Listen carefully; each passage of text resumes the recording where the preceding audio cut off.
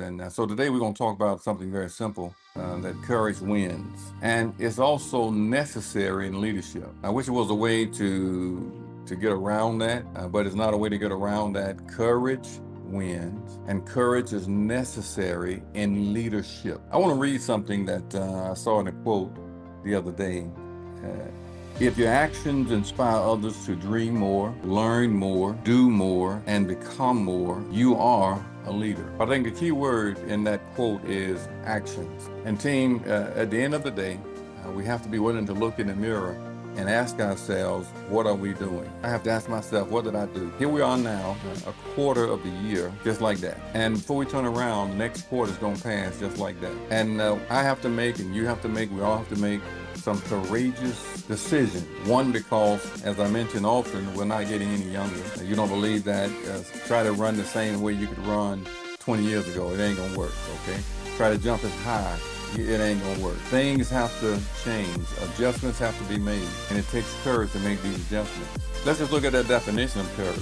Courage, also called bravery, valor, is a choice and willingness to confront agony, pain, danger, uncertainty, or intimidation. It takes that, team, because we're going to face all these things. In life, there's going to be pain. In life, there's going to be agony. In life, there's going to be intimidation. And it's going to all take bravery, valor, in order to get through from where we are now to the other side. And that's just the way life works. And we understand that, I think, in all the various things we've dealt with in our lives. But sometimes when it comes down to a business venture, and listen to this any kind of business venture, we tend to forget about what's necessary to get to the other side. And I'm gonna cover a few things in my short time today. I think it will help us to remind us of some of those things. There are three reasons why I believe that courage is so very important. Number one, overcoming fear, inspiring others, achieving greatness. You see, team, fear is real. And sometimes people think that, well, I don't have any problem with fear, but fear is absolutely real, and fear can paralyze. And I've seen people that they wanted to do a certain thing, and they heard something that maybe would happen, and they become immobilized, literally paralyzed. Can't do anything else. Stay in the house, watch television, like they call it binge watching, and don't do anything else for a period of time because they fear what might happen. No real evidence other than what they heard, and they cannot make decisions. And courage just goes out the back door. Fear is very, it can be crippling. And so I want to give you two points. Another definition of courage enables individuals to confront fears and obstacles. You see, none of us can't conquer what we don't confront. And what happens often, we look for confirmation, but not confrontation. And they are twins. To get confirmation, there's going to be confrontation with people that you don't expect. And it may be someone in the family, someone that you go to church with, somebody that you're real close with. It's going to give you some confrontation. So we got to confront these things that tend to stop us. Number two is the benefits of courage. It leads to personal growth and success in challenging situations. One thing about having courage and being courageous. Courage is itself a leader. And so we have to be willing to follow the lead of courage that's going to take us to personal growth. And then also, and we're going to have all kind of situations. Now down south, we call them situations. You're going to have some situations, all right? And there's no way to get around these situations down south or up north or out west, wherever it be. You're going to have some of those things. So it's critical then to pull on the heartstrings of courage, and then to follow the lead that courage leads us through. Courage is not timid. Courage is not afraid. Courage walks through the valley of the shadow of death and fears no evil, because courage knows who's with it, him, her. And it's important we're able to embrace that courage. The other thing is inspiring others. I want you to read this. Leadership is not just what happens when you're there, is what happens when you are not there. And sometimes people think that they got strong organization, and those that have organizations, they know when they have a strong organization because the organization continues when they're not there. I'm gonna use Norman again. Norman can go out of the country. I don't know how long he does it now, but I don't know, 3 months. and his income does not disappear. He does not have to be there to work to make a profit, nor does Terry. Terry could leave for 3 years and not miss an income. You see, when a business has gotten to that point, the leader has layers of leadership, or they have a system that's so tight that where those that they've developed understand responsibilities and obligations themselves, number one, and they also have integrity and character enough to know I can't just say what I'm going to do. I got to do it, and I can't do it when my leaders, just when my leaders here, or when the coach is here. I got to do it because these are the things I need to do for my own household. It's just important. It inspires others. So there's an impact. Impact of courageous acts is, number one, inspire and motivate others to take bold steps. To take bold steps, team. You see, I heard something a while back, and it says the kingdom suffered violence, and the violent take it by force. Now, that's a pretty big deal. The kingdom suffered violence, and the violent take it by force, which simply means violent people do violent things, and they take what they want by force, even if they're taking it from people that are innocent, so to speak. Now, you go back and look at the interpretation of that verse, and you'll see what it means. The kingdom suffered violence, and the violent take it by force. Now, if you or me or we are considered to be upstanding, righteous individuals, that's a good thing. However, we got to become a little bit more strong and determined and courageous when it comes down to taking what belongs to us. And I don't know what your beliefs are, and I'm not trying to impose mine on you, but I do believe that our Heavenly Father wants us to have the best. But He's not going to come down and give it to you and say, okay, Gabriel, all the archangels, go down and give Ricky an SNSD, bestow SNSD on him. Just bestow it on him. No, it's something that I have to do. And the same thing applies to all of us. We have to go out there and take it by force. The next important thing is the result of courageous acts creates a ripple effect and on positive change. Now, a ripple effect, if you live out in the country, you can throw a rock on the water and you can see just little ripples, and just goes down the stream. I got a river pond in our backyard here. We have these wild Canadian geese that come in and fly in.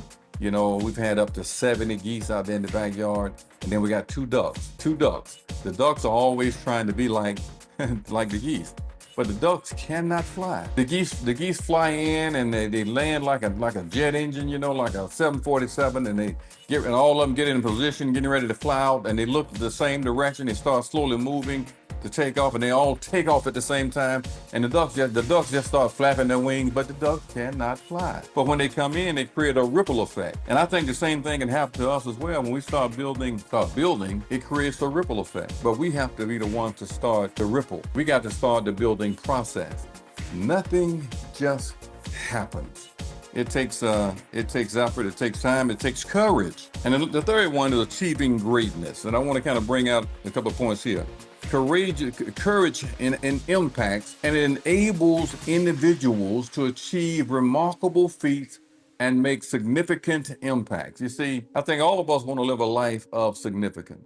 Where I come from is a long ways back, okay? And when I say a long ways back, we had nothing. And you've heard me say this before, outside toilets and no running water inside the house, 7 boys in one house and 1 bedroom, 3 boys at the head, 4 boys at the foot.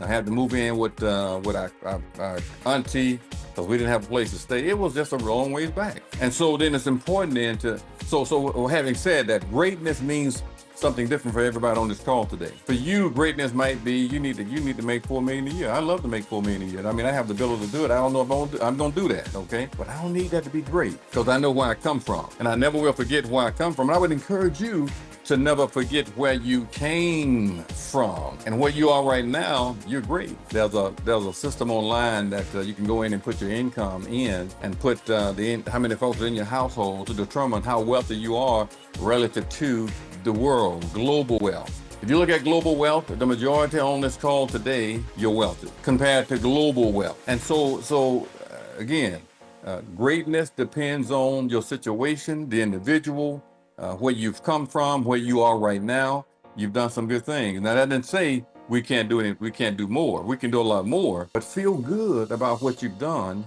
because feeling good is a lot to do with where we're going. If you don't feel good, team, and you get yourself all down, that's something else that can paralyze your growth. The second thing is courage characteristics. Courage has a willingness to take risk and confront the unknown. You see, team, it has to first be a willing mind. And this is important. If I don't have the mind to win, if I don't have the mind to lead, if I don't have the mind to be a good husband, if I don't have the mind to be a good wife, a good father, my wife to be a good wife, if the mind is not there, hey team, ain't nothing else gonna happen. You can bring in anybody around the country to speak to that individual if there's not first a willing mind. The next thing, these guys on the screen that you see here, all these guys have something in common, okay? Number one, well, let's look at what they have in common. Now, whether you like these guys or you hate these guys, I mean, frankly, these guys don't care. I hate to make that announcement today, but they have one thing in common. These guys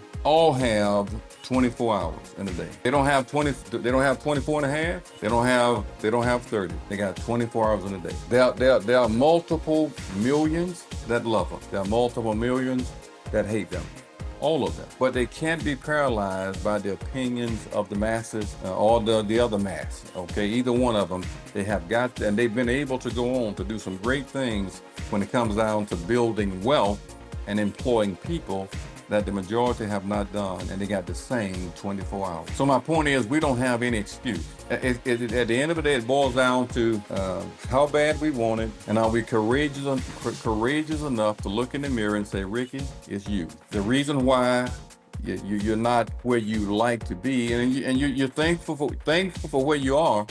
You ain't where you used to be, or you want to be, but you sure ain't where you used to be. But the reason you're not going to the top of that mountain that you have determined to be a mountain is because it's the man in the mirror. You see, it's the man or woman in the mirror. We also got to have courage to be diverse, and that this is going to take intentionality. When I say diverse, not just diverse, bringing people in my age. We got to bring people in my age as well. For some wisdom, we got to bring in some young folks for the energy, for the ideas. They come in with wide-eyed and bushy tails, so to speak, and they take a risk. They're bold, they're courageous, and don't worry about a lot of this and a lot of that, and they get it done. They galvanize around new ideas. You don't have to have a board meeting to convince them to use Zoom. Okay, then take a board meeting, then take a memorandum. It doesn't take no commandments. What they want is, why aren't you using Zoom? Why aren't you using AI, artificial intelligence? Why aren't you using this chat system to put together? We got to be willing to bring in new people and diverse people. Another important thing, team, I want you to think about this. It's critical to decide on which game you'd like to play in and play to win. Heard one coach say that a while back. The coach says, we play the game to win. Now, it's going to take courage. Whether it's the courage to build, to grow, to build RVPs, that's one game that folks have won tremendously in. Whether it's courage to do what Mark Daniels has done, he's over $500,000 a year. He's a big in managed accounts and investments. That's another game that folks have won in. Either game, really make sure you understand the rules of the game. If it's a game to build on securities, make sure you save a lot of money yourself personally and invest a lot of money. And make sure that you have people on your team. And when I say your team, your immediate team, your biological team, that's licensed to inherit that when you're gone. Whether it's a team like Terry and what he's done to where it's generation and generations and generations, but make sure you have the things in place that those things can live on when you're gone. Thank you again, man. Awesome presentation. Appreciate that so much. And boy, I mean, you nailed it as you usually do. Thank you so much, my friend. You're welcome. Thank you, Terry.